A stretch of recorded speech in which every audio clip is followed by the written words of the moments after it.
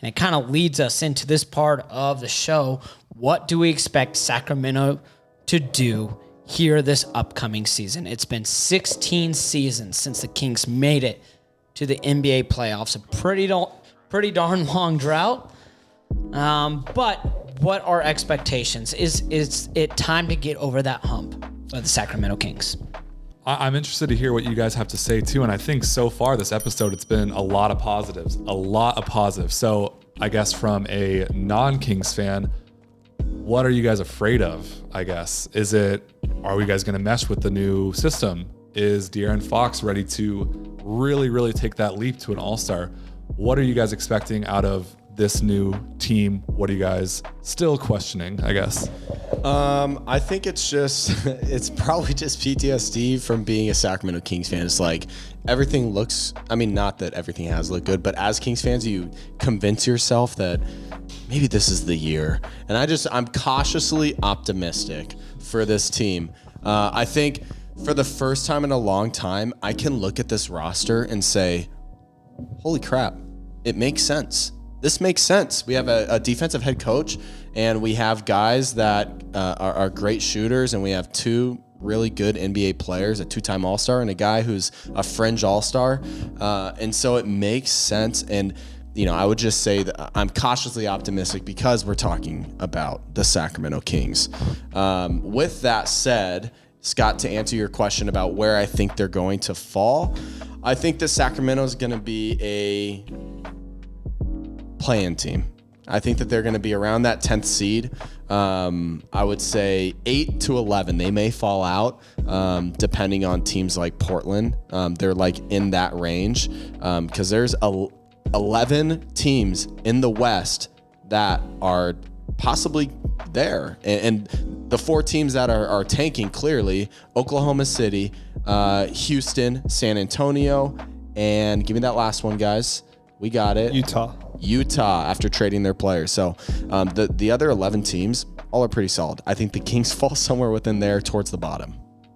Yeah, I agree with you. I think best case scenario, dream scenario is we have a Pelicans-esque year where we make the play-in and then we sneak into the 8th seed. That would be awesome. And we make it a fun series. Maybe we win again. Yeah, maybe we play the Warriors and we expose them a little bit. I would, dude. I would probably cry, actually. Yeah, no, I would cry happy tears and sad tears once we lose. But it's just, that would be so sick because as lame as it sounds, that's the first time we've experienced any sort of winning culture, and we're looking at hopefully the 8th seed. Yeah. Well, the city of Sacramento needs some joy. And we're a basketball city. Come on. We were talking about, I was talking about this before the show. I like to share some of my hot takes. Yeah. And I've been kind of sitting on this one. It's part of this dream I've been creating for the Western Conference. At the 9th seed, the Sacramento Kings. Wow. But not only that, they're going to win their play-in games. Plural, play-in games. Wow. So they're going to win the 9 versus 10, and then they're going to go on the road and beat the 8th seed. And that means the Sacramento Kings are going to snap the drought, and they're going to make the playoffs and face the Denver Nuggets in the first round in the NBA playoffs. That's not a matchup you want, Scott. No, the Kings They give have our Denver some fits. That is not a matchup you want. No, Scott but Ayers, what a take. Yeah, how I love is that? That's Wouldn't that spicy, be bro. awesome? That would be awesome. I'm just curious of what teams we're beating. Okay, teams you're beating. That's not part of the vision. No, that's not part of the it's vision not yet. there I have to do some profit. We'd probably work. beat the Lakers because that would just, if we're talking dream scenarios, we beat the Lakers. Yeah. We beat the Lakers to go 2 playoffs. Not the first game, but 2 playoffs. You go into LA's home. Yep. And we spank them. Guys, I don't want to be the bearer of bad news, but we're talking about the Sacramento Kings here. Now, let me just say anything. No, Narratives changed, but Narratives changed. This is a brand new put together team, a brand new offense, a brand new defense. When I look at this roster, I see a lot of potential, but I also see you better hope those guys are making their shots tonight, or else you're going to give the ball to De'Aaron Fox. And again, I would love to see him have a couple games where he gets close to a triple-double, drops 40.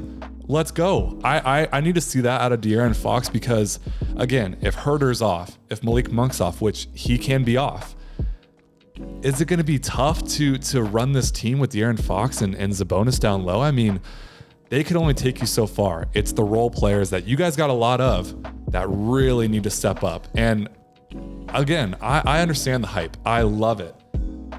But let's just remember, it's a long season. I'm saying we're going to be the 8th to 11th seed. I'm not saying we're going to be anything special.